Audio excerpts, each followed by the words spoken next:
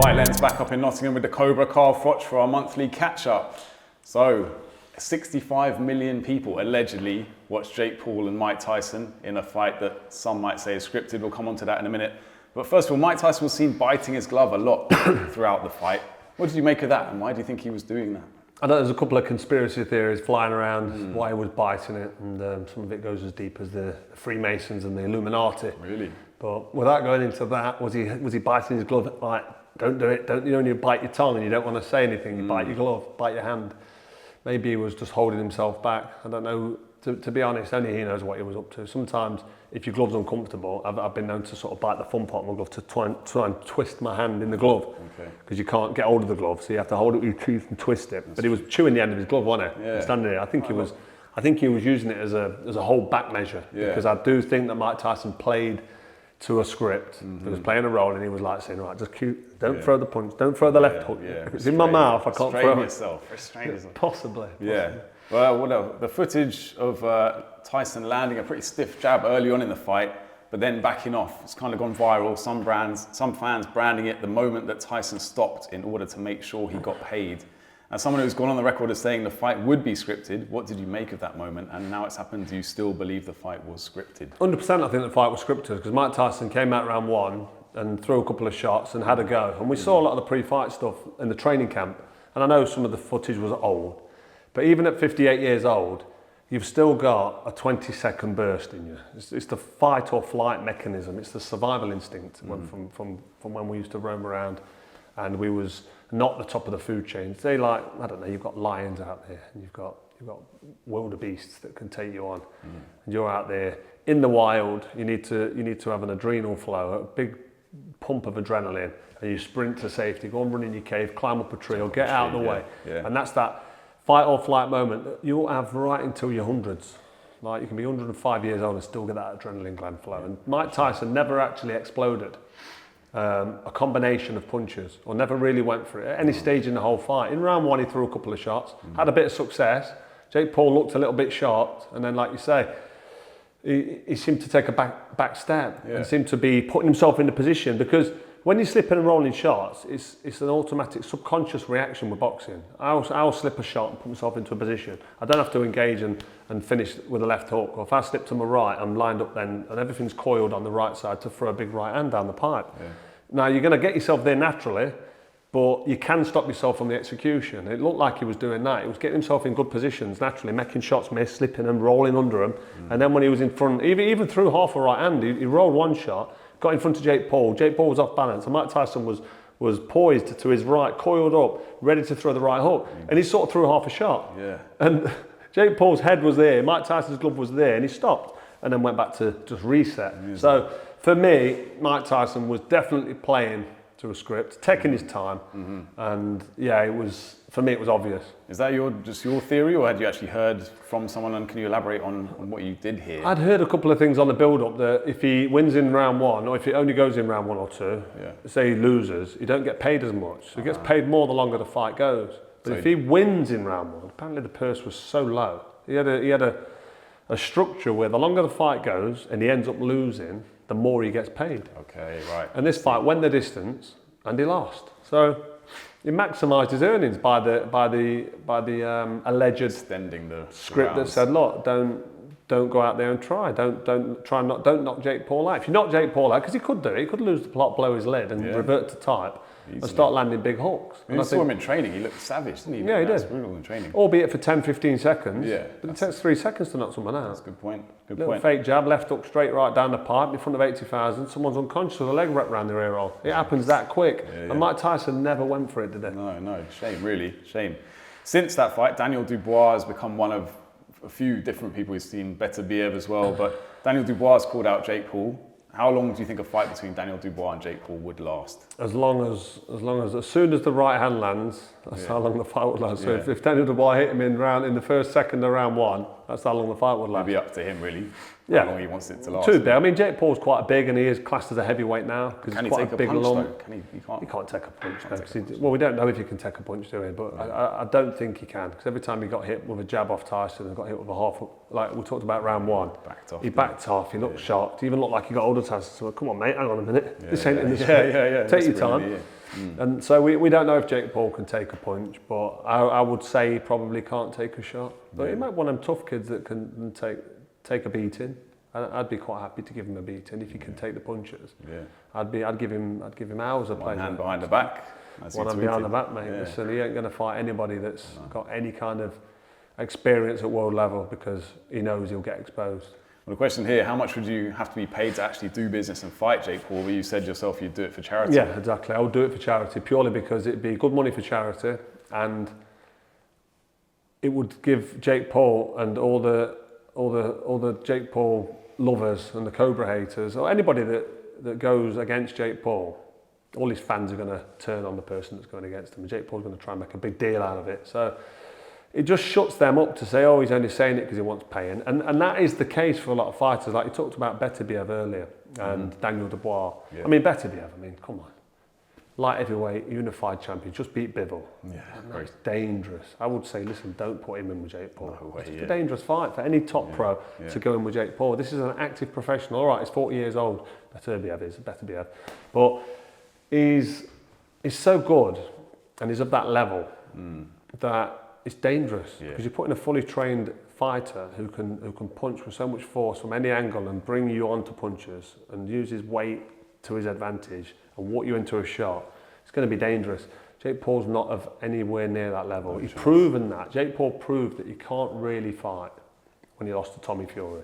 Because Tommy Fury is a celebrity fighter. Tommy Fury's not really a professional boxer. We're going to have He's a lot fighting, about him. he's fighting Darren Till next. Yeah. So he's shown what he is. So for Jake Paul to be talking about Daniel Dubois and Beterbiev, even me, Carl Froch, I've been retired since, getting on for 11 years retired. I'm 47 years old.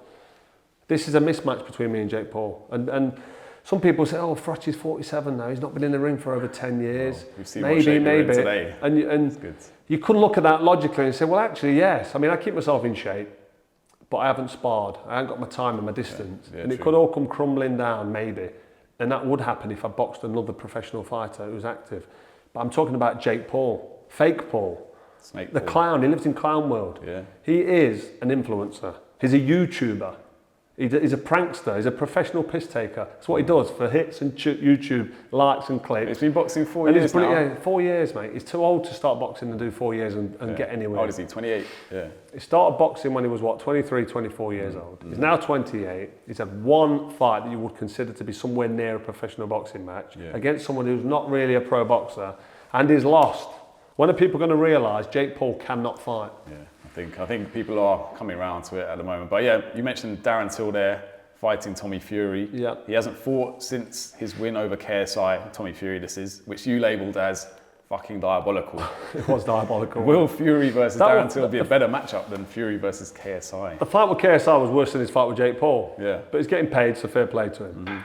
This Darren Till fight might be a little bit more interesting, but Darren Till's a mixed martial artist. He's a UFC fighter. That's right. And they're not pugilists. The science, the sweet science of boxing and being able to stay on your feet, just use your hands, move your head, keep your balance, operate on your toes, float like a butterfly, sting like a bee. We've seen Muhammad Ali, the best heavyweight in the business to do it. Yeah.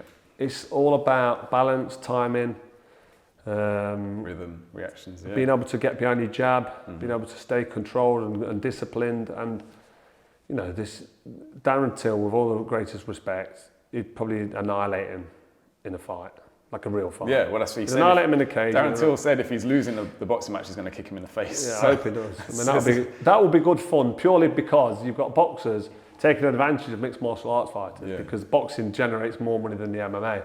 And I don't think any boxer in his right mind would get in the cage and take on somebody in their discipline. Risky It'd be too hard. Yeah, get submitted quickly. Boxing's more of a spectacle. Boxing's easier on the eye to watch and easy for the layman to understand. So boxing's always the big one. When Conor McGregor came over to boxing, he came over to boxing. Mayweather didn't go over to mixed martial arts. One, because Mayweather would get flattened, probably. And two, not as many people would watch it.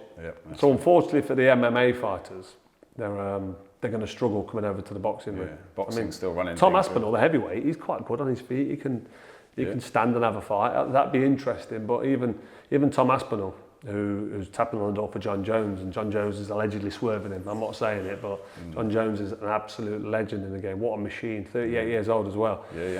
But Tom Aspinall needs his shot. But someone like him could probably do okay. He did have a professional boxing match earlier He did. in his career. He did. But I think he wants to go into WWE wrestling rather than boxing when he's finished. Yeah, when he's finished with MMA. It's going where the money is, mate. Yeah, exactly. The old Bunsen Makes burner. sense. Yeah, you don't have to get punched in the face, do you, over there? So we've got a statement from Jake Paul that he believes he'd have beaten Mike Tyson at any point during his professional career. Have you ever heard a more ridiculous claim in your life? I've heard some equally as ridiculous claims, yeah. But, I mean, that's just trolling at its best. It's got to be trolling, isn't it? For somebody who's lost to Tommy Fury to say that they beat Mike Tyson in his prime, you'd have to just check that you've heard it right, or check that you've read it right. Check that he's not concussed. It's that ridiculous. You don't really deserve a response. He's obviously trolling. Should we leave Jake Paul now? We'll talk about Eddie Hearn. Fake Paul. Fake Paul, yeah. We'll leave fake Paul alone. We'll talk about Eddie Hearn. Would you want to see Eddie Hearn get in a ring with Oscar De La Hoya? They've clashed on numerous occasions recently, and both have mentioned they'd be up for a fight. Would I want to see Eddie Hills in with Oscar De La Hoya? Probably, yeah. Probably. I mean, you would expect Oscar De La Hoya to do a number on him. You would. Because he's obviously a multiple weight world champion, Hall of Famer. How old is he now? Olympic champion. Early 50s? Is probably 50 at least, maybe 51. But it doesn't matter because Eddie's not in shape, really. He's never boxed. He'd have a good claims height to have had a advantage, fight. How tall is Eddie? 6'4"? He's taller than me, isn't he, Eddie? 6'3", 6'4". But it'd be interesting. Eddie's really tall and rangy. Keep out his way. But Oscar De La Hoya, as soon as he gets in range, we'll just flatten him. We'll just hammer him. Body shots, but isn't it? would I see it? Yeah, I think Eddie'd have a go. He'd try and get himself in some kind of shape. Oscar De La Hoya's had a lot to say about Eddie. Eddie's had quite a lot to say about Oscar. Oscar's a better boxer. Eddie's the better promoter, allegedly. And they've been going back and forth. It's been quite fun to watch. Would I want to see him have a fight with each other and settle it? Probably yes. But I only think Oscar De La Hoya is going to come out on top on that. I can't make a case for Eddie just because he's not boxed, has he? True, fair point. You said you thought Amanda Serrano deserved to beat Katie Taylor. Will we see a trilogy fight next year? Possibly. But you was more likely to see a trilogy fight if Serrano would have been vindicated for the performance she put in and got the win. Yeah. I mean, she had an eye was opened up from round 3 or 4 with a headbutt, and then it started really gaping, the wounded, really opening up and bleeding in her eye. And I just thought she fought so well. She was landing the more accurate blows. And when you look at the punch statistics, which don't always tell the story of the fight, because a lot of them punches could have been landed in one round that was a whooping, but actually, round after round, she systematically landed more shots. I was watching the fight and scoring it. Katie Taylor was involved in a couple of close rounds, and there was a couple of rounds that she did win because she finished the round strong. But she lost the fight on my scorecard. The first fight was also, she was really lucky in the first fight. Yeah. I mean, that decision could have gone either way. I think this one was more clear cut. I thought Serrano won it by a bit of a landslide. Right. And the fact that she got a point deducted for cheating with her head, then that really did that. Once the point got deducted, I thought, well, that's it now. She's definitely lost. And what was it? There was one round, and it was 94, 93. One round, and it went to Katie Taylor. I mean, come on. I'm not digging out Katie Taylor. I think she's done fantastic for the sport and for women's sport. She's a proper fighter, as is Amanda Serrano. Great to watch. I mean, that saved the show. That saved the fake Paul Mike Tyson fiasco, because that's what it was. Both fighters deserve a round of applause for the performance, but Amanda Serrano won the fight for me. Yeah. And it would have been 1-1. And to answer your question, that would have set up for a really big trilogy. Yeah, when it's 2-0, it kind of kills it. Yeah, it's a bit of a shame, really, but we'll probably see it anyway because it makes possibly for good because viewing. There's a lot of people, a lot of pundits on the night, a lot of people who scored it are all agreeing with what I've said there, that Serrano actually was hard done by. Recently on my timeline, your epic encounter with Jermaine Taylor came up with that 12th round, the epic knockout with 20 seconds to go. And then I read somewhere that you actually don't even remember, or you didn't even realise it was the last round. You were concussed from... I was concussed. Well, it's not that I didn't realise it was the last round. Before I went out on the night, I know I'm going into the last round. Okay. 1, because the ring card goes on the card up. 2, the referee comes over and says, right, this is the last round. And 3, your trainer's saying, right, step on it now. Put it on him now. Just leave it all in there. Don't rush, don't smother your work.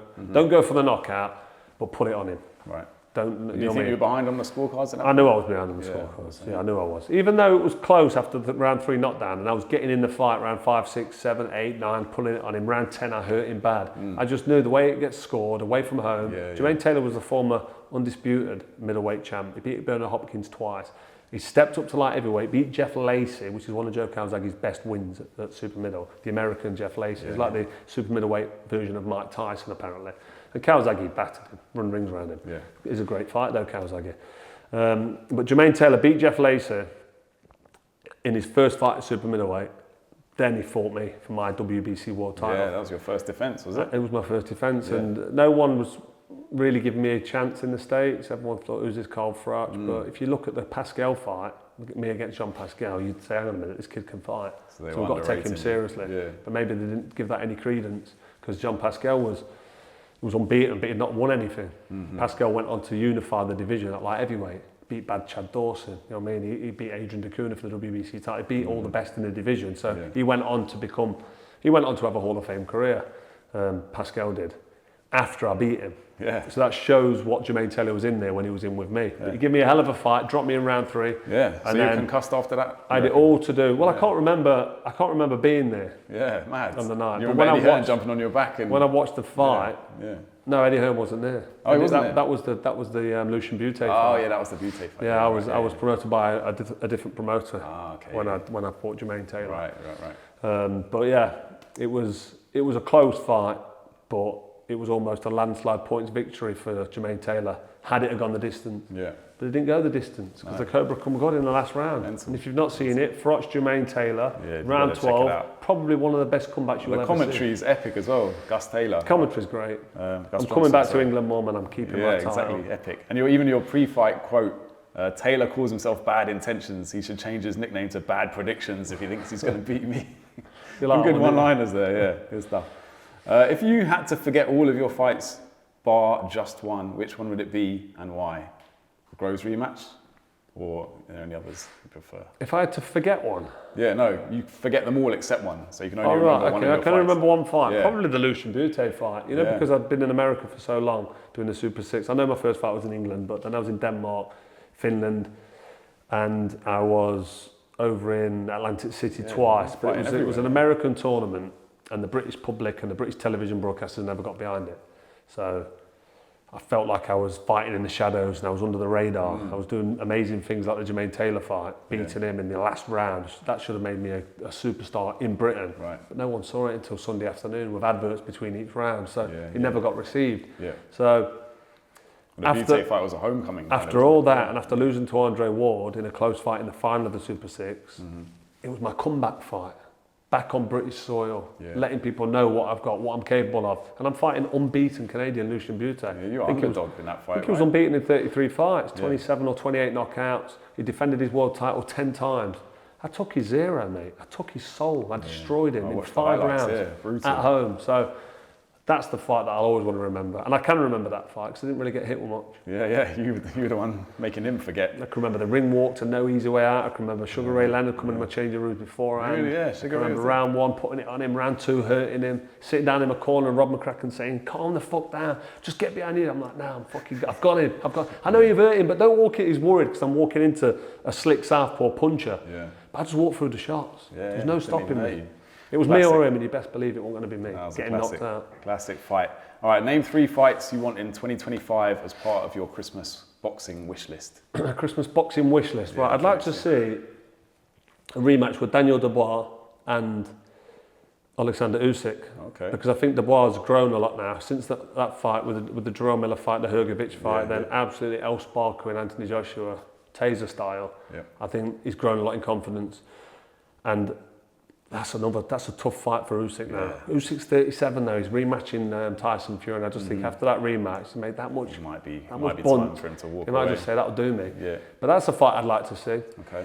I'd like to see Gervonta Davis fight. Who would I like to see him fight? I love watching Gervonta Davis fight. He's just exciting. Maybe a Ryan Garcia, but Garcia's probably too big. He's failed his drugs test, Garcia. He's coming back. You've got Devin Haney as well.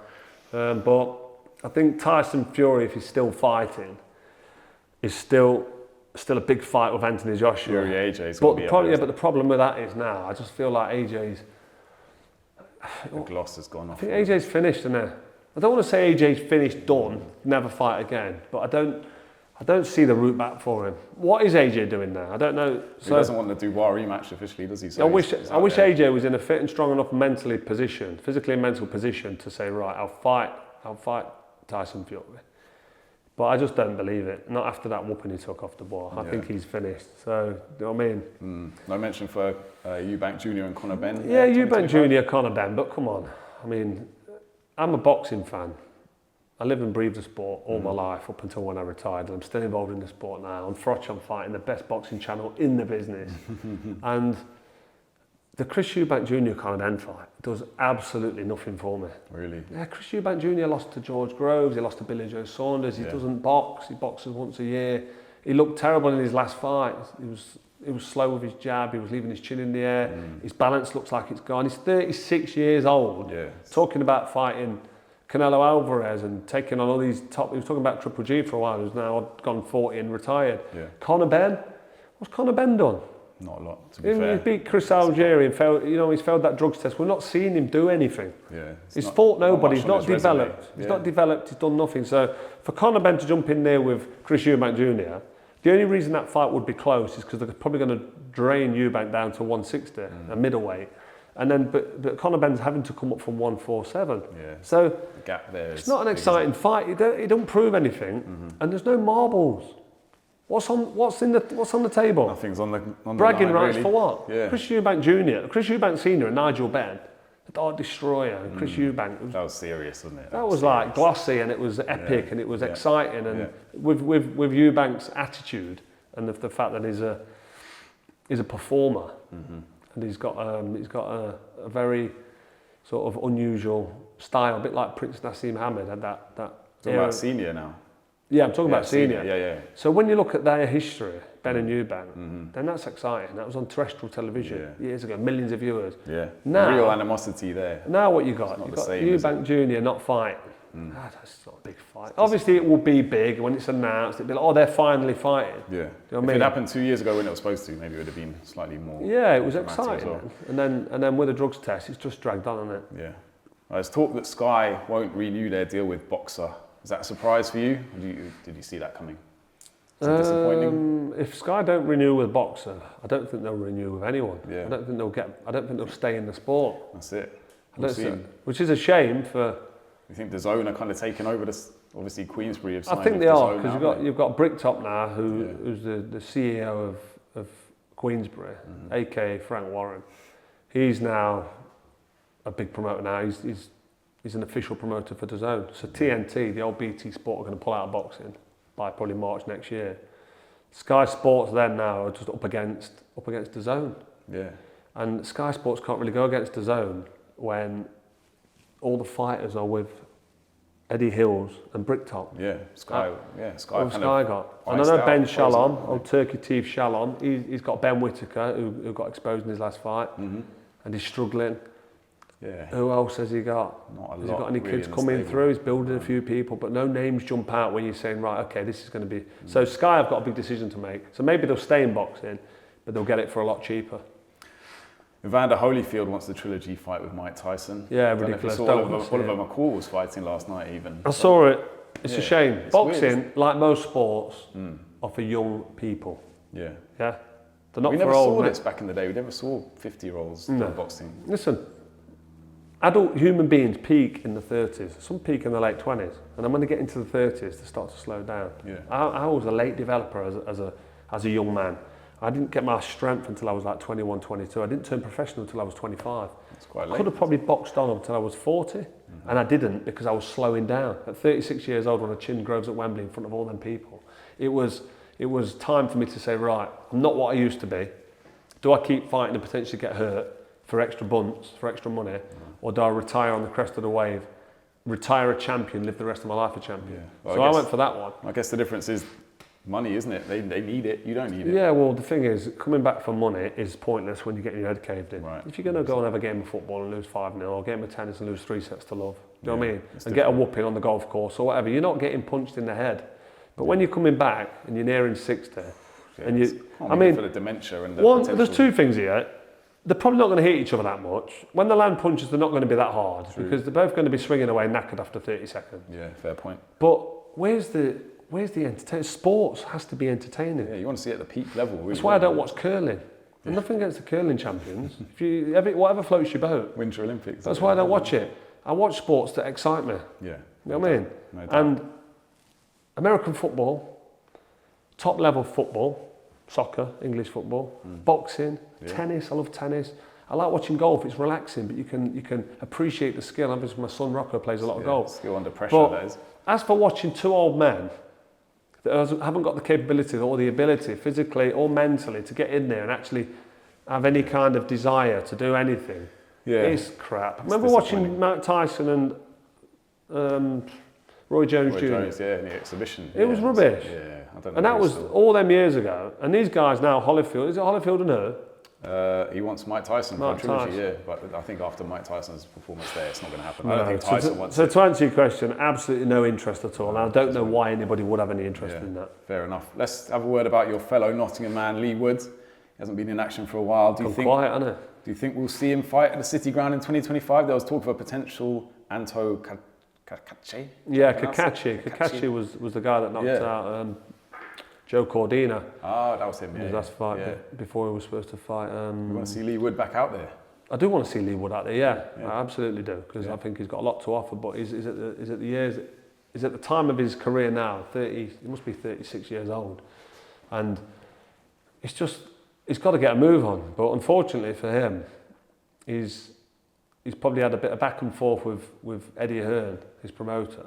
Okay. Trying to get the Josh Warrington rematch, which for me was a big fight, a great fight. It's not box office, but the first fight was good. Yeah. Lee Wood was getting done by Warrington, and he turned it around, and he snatched victory from the jaws of defeat, like he does so often. I mean, he got knocked out by Lara and won the rematch in style. And Michael Conlon, that was a great fight, and he was getting busted up, and he knocked him out in I think it was the last round, wasn't it? That was That was on DAZN. I was there commentating for that fight at ringside, and I couldn't believe what I was seeing. So Lee Wood is a late bloomer. He's had a real good finish to his career, but he's hit the brick wall now. He's not been able to do a deal with his promoter, Eddie Hearn, and for some reason, it's just gone really, really quiet. It's such a shame. Yeah, he's stuck. He needs to maybe go and speak to old Bricktop, Frank Warren, and see if he can do something with him, because he's now signed a deal with DAZN, and he needs one or two big fights and then retire. But unfortunately, I feel like it's been left too long, and it might be a little bit too late for him. Hopefully he can get the skates on over the winter. Okay, question here for you. If you didn't become a boxer, what were your plans? Were there any other sports you were good at? Would you have gone to university, or were you just... I was in the process of applying to the army.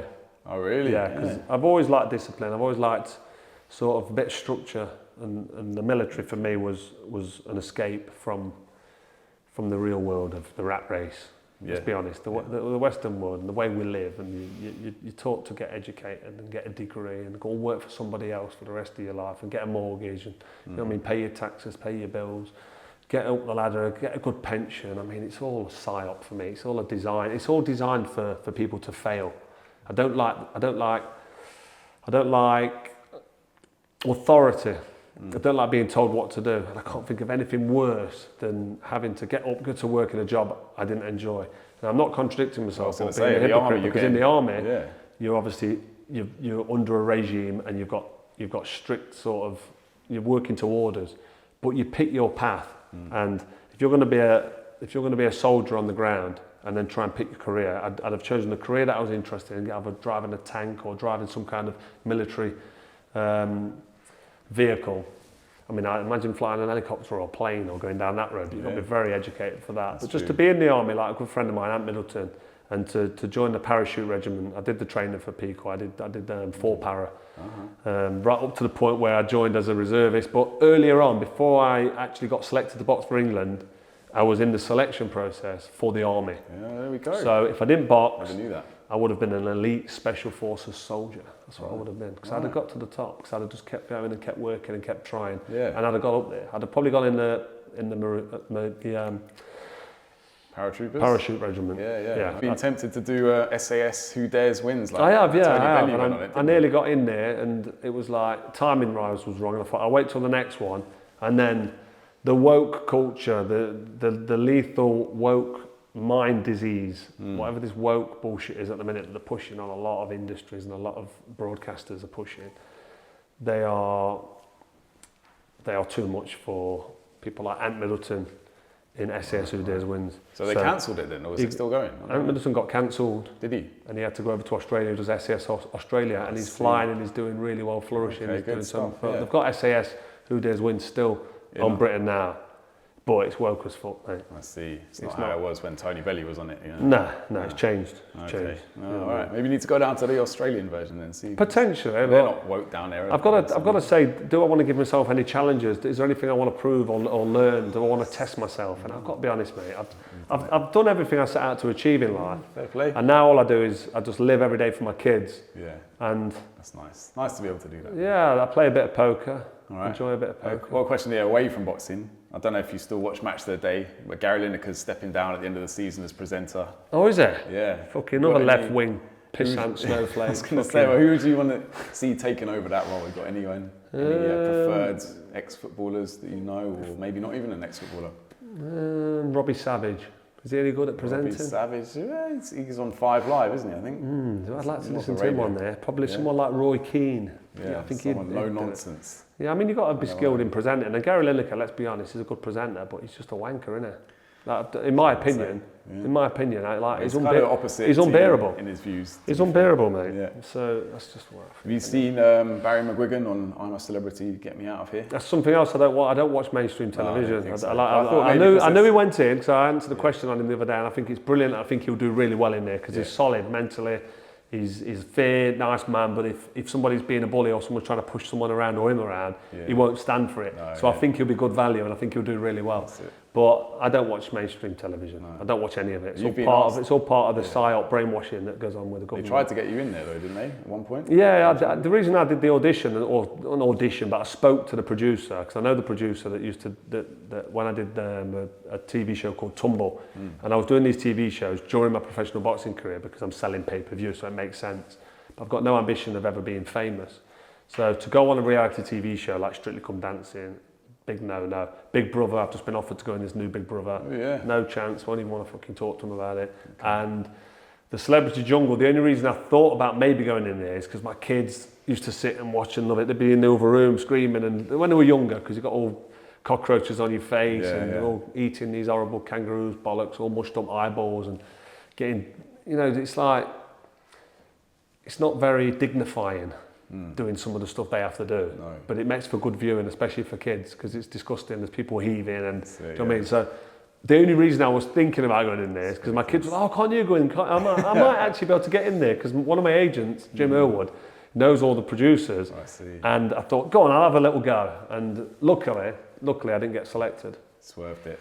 Dodged a bullet. Yeah. But I've got no ambition of ever going in anything like that. Not interested. I just realised we might not get to speak before the Riyadh season card next month, so I should probably ask you, Tyson Fury. We've seen Big John Fury back out of hiding now. I saw him for the first time. We haven't seen him since the USYK match, really, have we? So I saw him at the Darren Till Tommy Fury press conference. Darren Till was giving it. And he's back to his old ways, wasn't he? Yeah. Throwing water at the guys and shouting and screaming. I don't know what's wrong with him. He's obviously.